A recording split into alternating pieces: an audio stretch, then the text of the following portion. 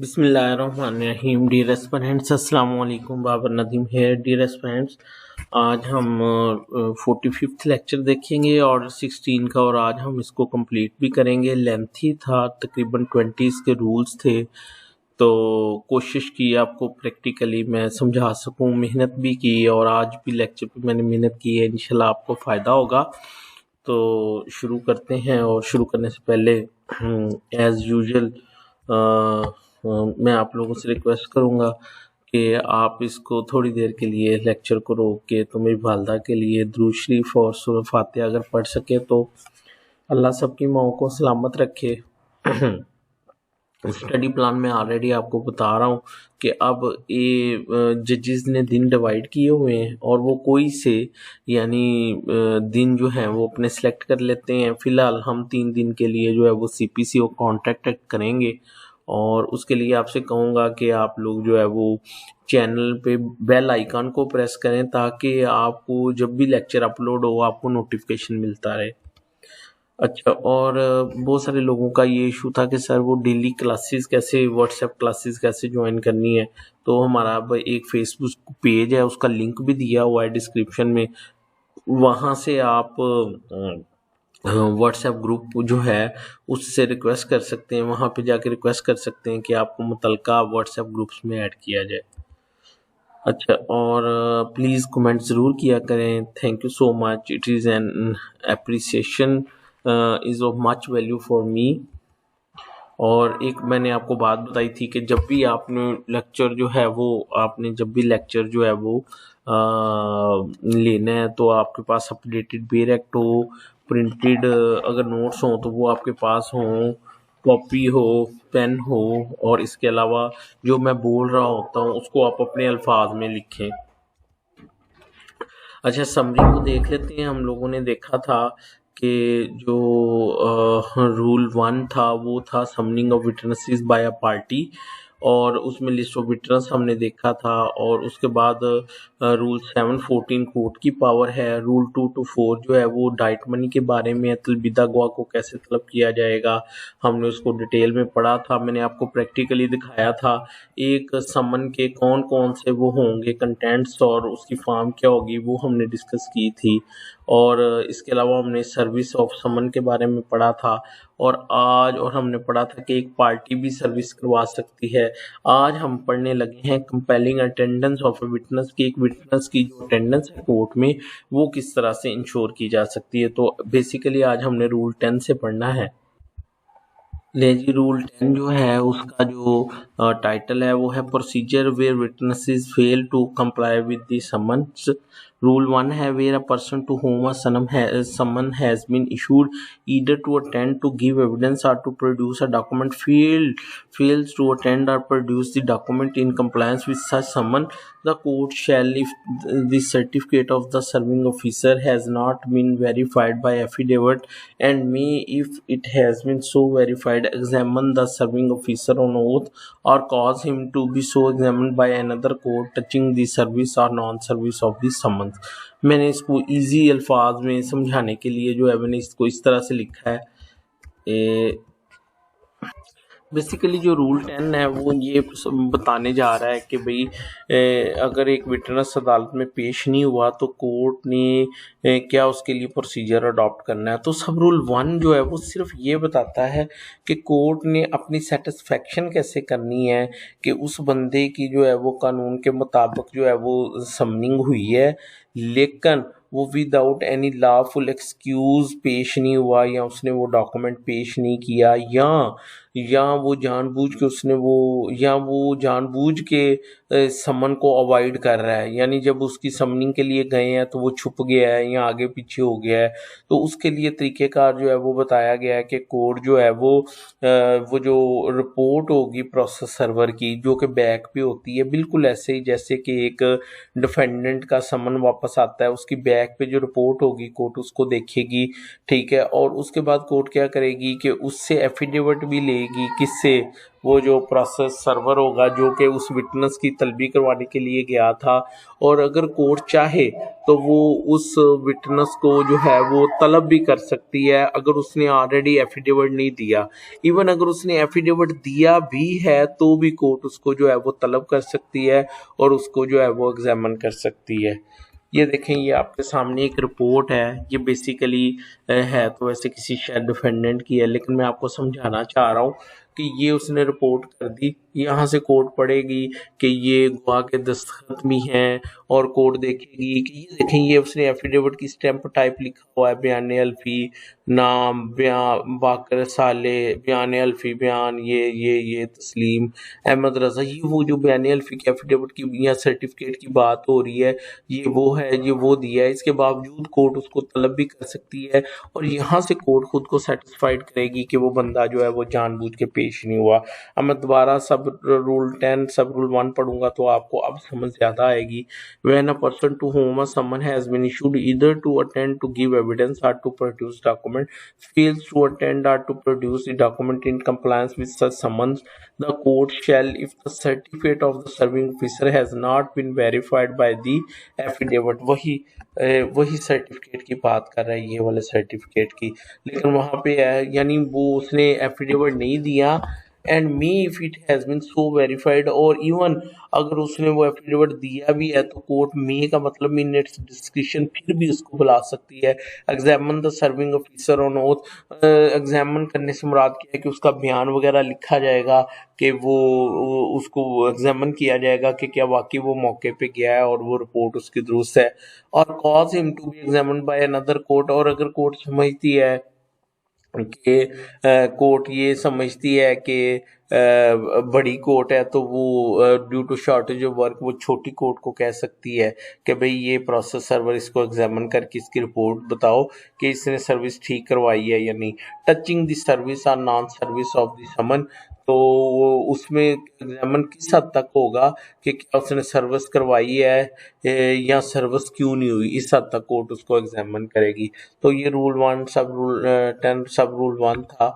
अब हम चलते हैं रूल 10 सब रूल 2 के लिए। वो कहता है where the court sees reason to believe that such evidence or production is material and that such person has without lawful excuse failed to attend or to produce the document in compliance with such summon or has intentionally avoided service, it may issue a proclamation requiring him to attend to give evidence or to produce the document at any time and place to be named therein, and a copy of such proclamation shall be fixed on the outer door or other conspicuous part of the house in which the ordinary reside। इसको मैंने आपके लिए जो है वो आसान अल्फाज में लिखा है कि अगर अदालत को इस बात का यकीन हो जाए कि इस शख्स की शहादत या फिर उसकी तरफ से पेश करदा दस्तावेज मुकदमा के फैसले के लिए बहुत ज़रूरी है और वो शख्स बगैर किसी जायज़ उज़र या फिर जानबूझकर पेश नहीं हो रहा, तो अदालत उस शख्स का इश्तिहार जारी करेगी। इश्तिहार में लिखा जाएगा कि उस शख्स ने किस दिन, किस वक्त और किस जगह पर शहादत देनी है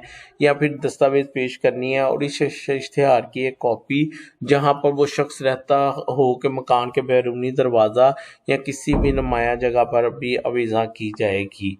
ठीक है, तो ये बेसिकली रूल 1 तो ये था ना कि कोर्ट ने अपने बंदे को, अपने नुमाइंदे को एग्जामिन करना है कि उसने अपनी जिम्मेदारी पूरी करनी है, और उसको एग्जामिन करके कोर्ट ये अंदाज़ा लगाएगी कि क्या वो एविडेंस रिकॉर्ड को देख के कि क्या एविडेंस बहुत ज़रूरी है, और दूसरी बात यह है कि उस बंदे ने लॉफुल एक्सक्यूज़ के बगैर या जानबूझ के पेश होने से खुद को अवॉइड किया है, तो उस सूरत में कोर्ट उसके खिलाफ एक इश्तिहार जारी करेगी।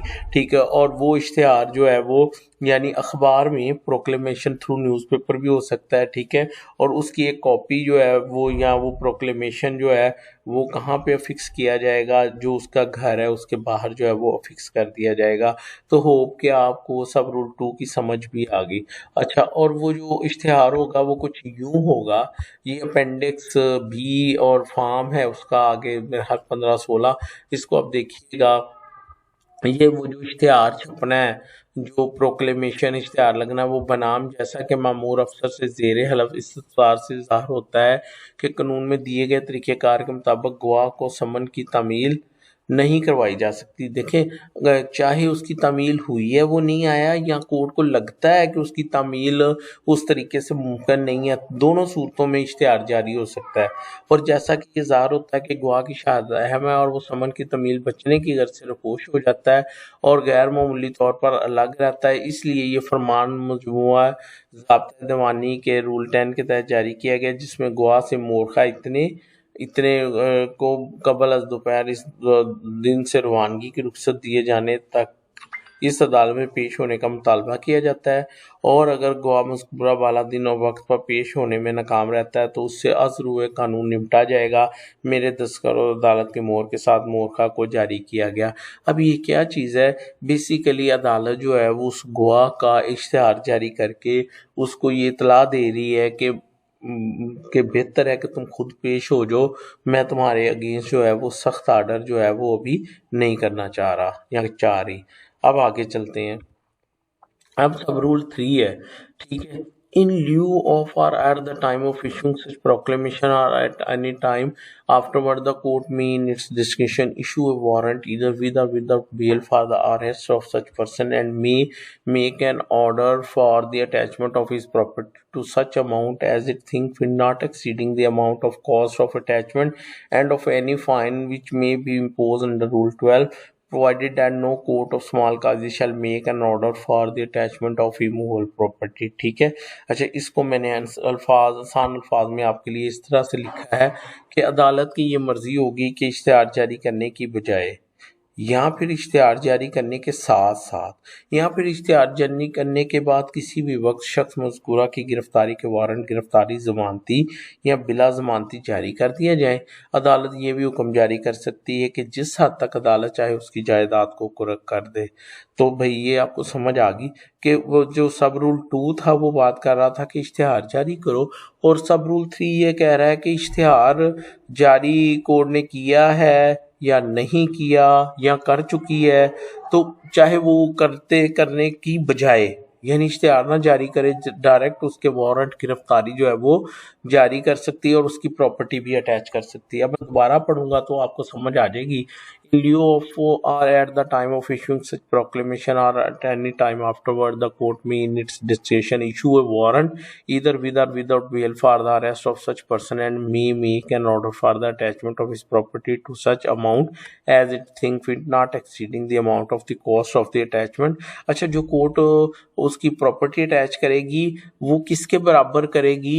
जितना उसको फाइन किया जा सकता है वो आगे है 2000 रुपया, और या फिर जो उसके अटैचमेंट की जो लागत आ रही है उसके बराबर कोर्ट उसकी प्रॉपर्टी अटैच कर सकती है, चाहे वो इमूवेबल है चाहे मूवेबल है, लेकिन उससे ज़्यादा नहीं है। और स्मॉल काजेज कोर्ट पे ये जो रूल है वो अप्लाई नहीं करेगा। जज़ाकल्लाह। अब हम आगे चलते हैं। अच्छा, ये उसका स्पेसिमन एंड पे भी दिया हुआ है कि कोर्ट ने जो वारंट गिरफ्तारी जारी करना है वो कुछ इस तरह से होगा।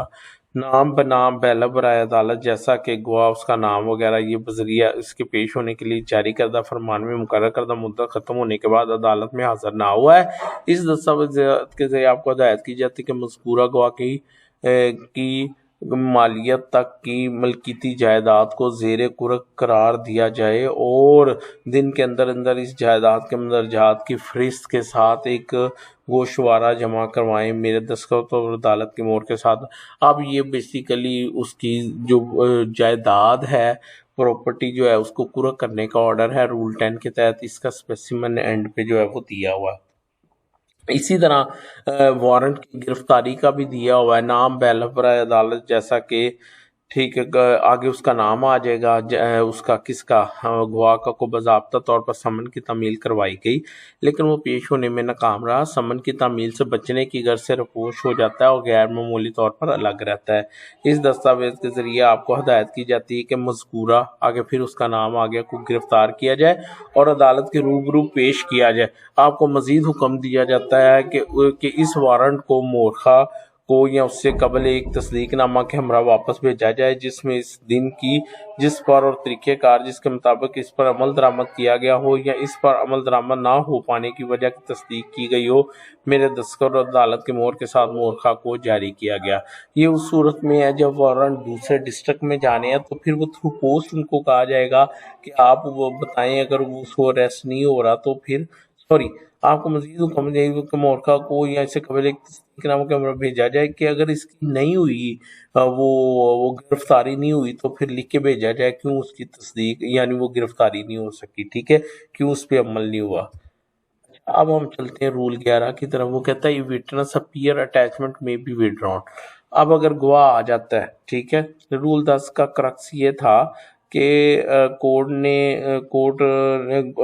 ने जो नोटिस जारी किया था गवाह को, उसको खर्चा भी भेजा था, उसके बावजूद वो नहीं आया तो कोर्ट ने सबसे पहले अपने प्रोसेस सर्वर को जो है उसको एग्जामिन किया। उसके बाद कोर्ट ने उसका प्रोक्लेमेशन जारी किया और प्रोक्लेमेशन के साथ या बाद में कोर्ट ने अटैचमेंट भी कर दी, वारंट भी जारी कर दिया। अब ये हुआ कि गवाह आ गया।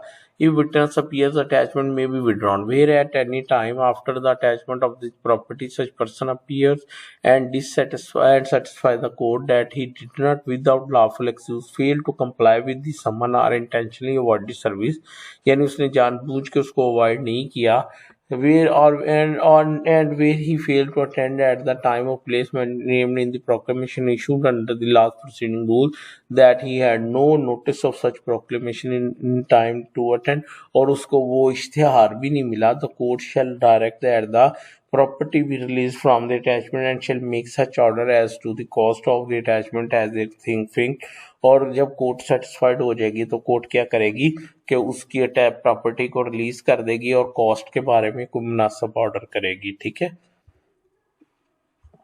अच्छा, ये जो हमने पढ़ा था ये क्या था, रूल 11। अब रूल 12 क्या है, वो क्या है, procedure if witness fail to appear. देखें, रूल 10 के तहत भी कोर्ट ने सब कुछ कर लिया, उसकी प्रॉपर्टी अटैच करके भी देख ली, उसके वारंट जारी करके भी देख लिए, लेकिन वो नहीं आया। The court may where such person does not appear or appears but fail to satisfy the court, यानी वो पेश ही नहीं हुआ या वो पेश हो गया है लेकिन कोर्ट को ये नहीं सेटिस्फाई कर सका कि वो विदाउट लॉफुल एक्सक्यूज पेश नहीं हो सका या विदाउट लॉफुल या वो जानबूझ के खुद को अवॉइड नहीं कर रहा था सर्विस को, तो उस सूरत में कोर्ट क्या करेगी, impose upon him such fine not exceeding 2000 rupees as it think fit, तो मैक्सिमम कोर्ट 2000 रुपए तक फाइन कर सकती है।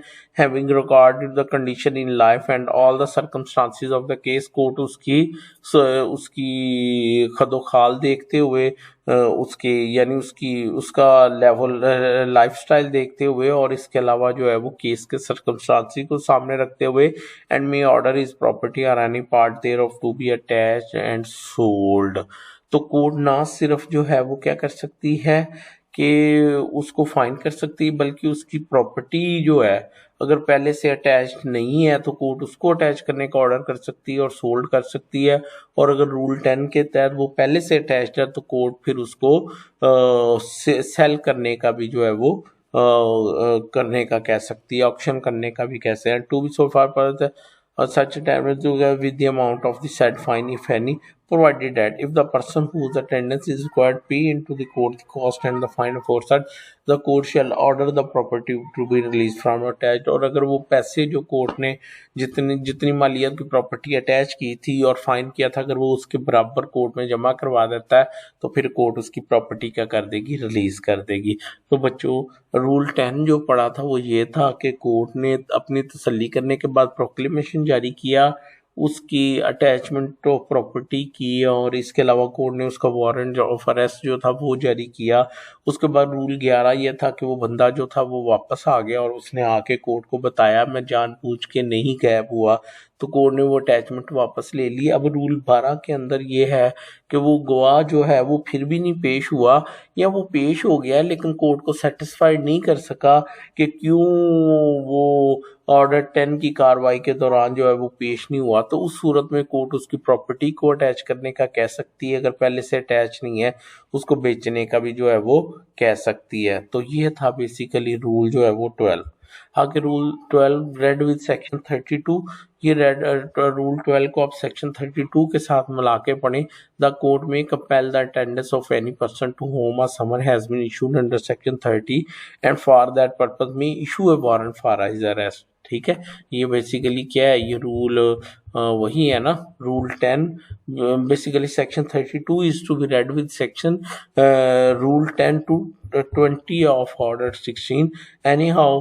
अच्छा जी, तो कोर्ट क्या कर सकते हैं, attach and sale is property, ये रूल 12 कहता है, या impose a fine upon him not exceeding 2000 rupees, तो ये रूल 12 भी कहता है और सेक्शन 32 भी करता है। Order him to furnish security for his appearance and in default commit him to prison. हाँ, ये बड़ा इंपॉर्टेंट है डी, कि कोर्ट उसको ये भी कह सकता है कि भाई तुम ना, ये हम आगे चल के पढ़ेंगे कि सिक्योरिटी दो कि तुम आइंदा कोर्ट में पेश हो जाओगे। अच्छा, उसके बाद इंपॉर्टेंट पॉइंट याद रखें, द कोर्ट में impose fine under section 12 without complying with condition of proclamation and warrant of arrest under rule 10। देखिए, रूल 10 की कार्रवाई पूरी होनी जरूरी नहीं है, कोर्ट डायरेक्ट अंडर रूल 12 जो है उसको फाइन इम्पोज कर सकती है। ठीक है। अच्छा, उसके बाद रूल 3 है mode of attachment. The provision with regard to the attachment of the sale of property in the execution of a decree shall so far as they are applicable be deemed to apply to any attachment and sale under this order as if the person whose property is so attached were a judgment debtor। Very simple, कि जो property के attachment का तरीका होगा for the attachment of the property of the witness, वो बिल्कुल ऐसे ही होगा जैसे कि वो एक जजमेंट डेटर हो, यानी ऑर्डर 21 को फॉलो किया जाएगा।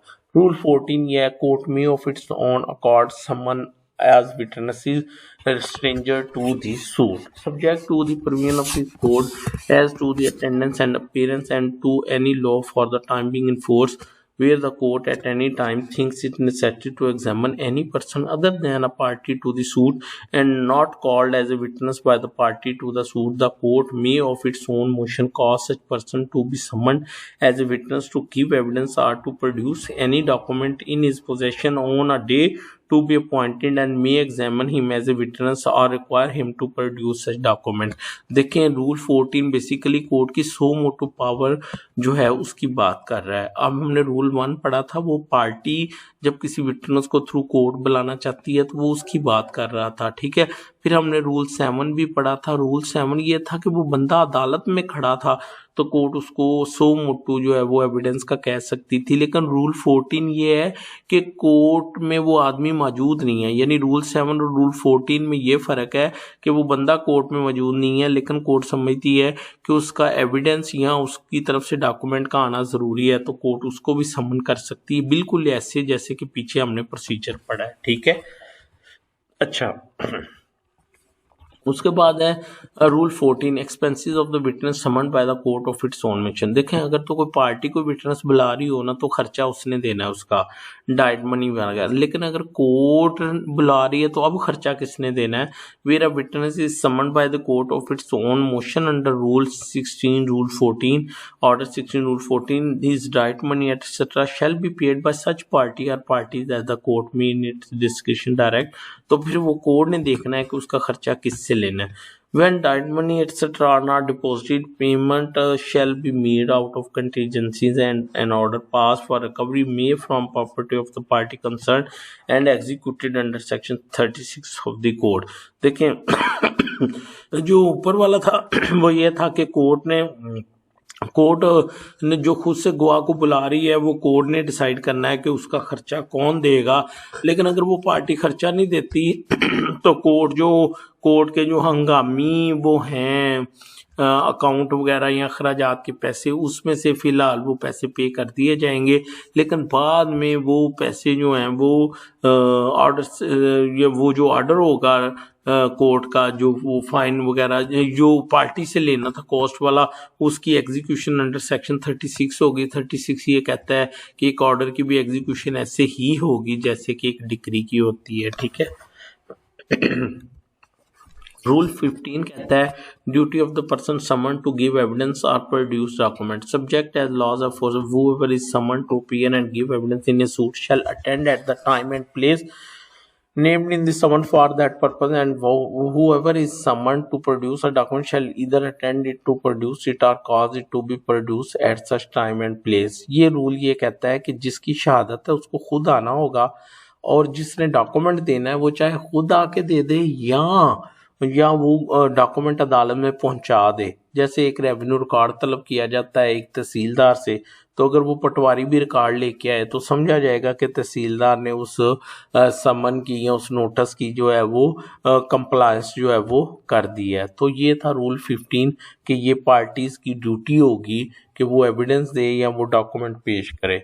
रूल 16 ये कहता है व्हेन दे मे डिपार्ट, जब एक गवाह अदालत में आ गया तो अब वो वापस कब जाएगा। A person so summoned and attending shall unless the court otherwise direct attend at each hearing until the suit has been dispose of. जब तक केस का फैसला नहीं हो जाता वो पार्टी वो बंदा जो है वो कोर्ट में क्या होगा, पाबंद होगा कोर्ट में पेश होने का। On the application of either party and payment through the court of all necessary expenses when the court may require any person so summoned and attending to furnish security to attend at the next or any other hearing or until the suit is disposed of, and in default of such furnished security may order him to be detained in the civil prison। ये rule ये कहता है कि जब एक दफ़ा गवाह आ गया, अब अगर कोई पार्टी कोर्ट को एप्लीकेशन दे देती है कि भाई इसकी शहादत अभी मुकम्मल नहीं हुई, ये पहले ही बड़ी मुश्किल से अदालत में आया है और अगर ये चला गया तो इसको दोबारा बुलाना बड़ा मुश्किल हो जाएगा, तो उस सूरत में कोर्ट पार्टी को उस गवाह को कह सकती है कि आप सिक्योरिटी फर्निश करो कि आप नेक्स्ट टाइम भी अदालत में नेक्स्ट डेट पे भी पेश हो जाओगे और अपनी अदायगी को या अपनी शहादत को या दस्तावेज को यकीनी बनाओगे। और अगर वो ऐसा करने से सिक्योरिटी देने से इनकारी होता है तो कोर्ट उसको सिविल प्रिजन में भेज देगी। ठीक है, और इसके बारे में ये कोर्ट ने एंड पे स्पेसिमन दिया हुआ है कि वो अगर मसलन सिक्योरिटी देने में नाकाम रहता है तो उस सूरत में कोर्ट उसको सिविल प्रिजन में भेजेगी बनाम ऑफिसर इंचार्ज जेल मकाम बहावलपुर। जैसा कि मुज़क्कुरा बाला मुकदमे को मुद्दई मुद्दा लेने इस अदालत से दरख्वास्त की थी कि मिस्टर ABC के मोरखा ये DEF को शहादत देने के लिए या दस्तावेज पेश करें, अदालत में पेश होने के लिए तहफ़्फ़ुज़ दिया जाए। और जैसा कि अदालत ने मुज़क्कुरा को ऐसी ज़मानत पेश करने के लिए तलब किया था जिससे वो नाकाम रहा, इस दस्तावेज के जरिए आपसे मुज़क्कुरा ABC को दीवान अदालत में अपनी तहवील में लेने और मुज़क्कुरा को दिन 10 बजे और ऐसे दीगर दिन पर या दोनों पर जैसा कि बाद हुक्म दिया जाएगा इससे अदालत के रूबरू पेश करने का मुतालबा किया जाता है। मेरे दस्तखत ये है। तो अब कोर्ट ने उसको सिक्योरिटी देने का कहा था लेकिन वो देने से इनकारी रहा, तो कोर्ट ने उसको जो सिविल प्रिजन में भेजना है उसका जो वारंट होगा बराए कमिटमेंट वो कुछ इस तरह से होगा। अब रूल 16 देते हैं when they may depart in absence of the अच्छा, अब हम सब रूल 3 पढ़ने लगे हैं। ठीक है, in the absence of the presiding officer the power conferred by rule 2 may exercise by the senior subordinate जज of the first class exercise judiciary at the headquarter of the district और by any जज और court official nominated by him for that purpose. अब यह है कि अगर वो बड़ी मुश्किल से उसको गिरफ्तार करके लाया गया लेकिन जज साहब मौजूद नहीं है, तो उस सूरत में कोई भी ड्यूटी जज साहब जो होंगे ये या जो मोस्ट सीनियर जज साहब होंगे वो क्या करेंगे, उसके सामने उनको पेश किया जाएगा और वो उससे सिक्योरिटी की डिमांड करेंगे। Provided that a court official nominated for the purpose shall not order a person who fail to furnish such security as may be required and to be detain in prison but shall refer the case immediately to the presiding officer on his return. अच्छा, अलबत्ता जो अगर किसी court official ने उसको गिरफ्तार किया है कोर्ट के कहने पे, ठीक है, तो उस सूरत में वो उसको जो है वो जेल में भेजने का ऑर्डर नहीं कर सकता बल्कि जो मुतलका प्रिजाइडिंग ऑफिसर होगा उसके रूबरू पेश करेगा वो उसको। ठीक है, Rule 17 application of Rule 13 to 10 to 13 the provision of 10 to 13 shall so far as they are applicable did apply to any person who having attended in compliance with the summons depart without lawful in contravention of Rule 16। अगर कोई गवाह बगैर अदालत को बताए घर चला जाता है और उसके बाद नहीं आता तो वो बिल्कुल ऐसे ही समझा जाएगा कि वो कोर्ट के कहने पे आया ही नहीं, और फिर रूल 10 से 13 उसके खिलाफ कार्रवाई जो है वो की जाएगी। और रूल 10 to 13 क्या था कि कोर्ट प्रोक्लेमेशन जारी करने के साथ साथ उस बंदे को अरेस्ट कर सकती है, उसकी प्रॉपर्टी अटैच कर सकती है, उसकी प्रॉपर्टी को सोल्ड आउट कर सकती है, 2000 रुपये तक जो है वो फाइन कर सकती है। ठीक है, तो वो फिर जो बंदा बताए बगैर चला गया उस पर भी वही जो रूल 10 to 13 है वो अप्लाई होंगे।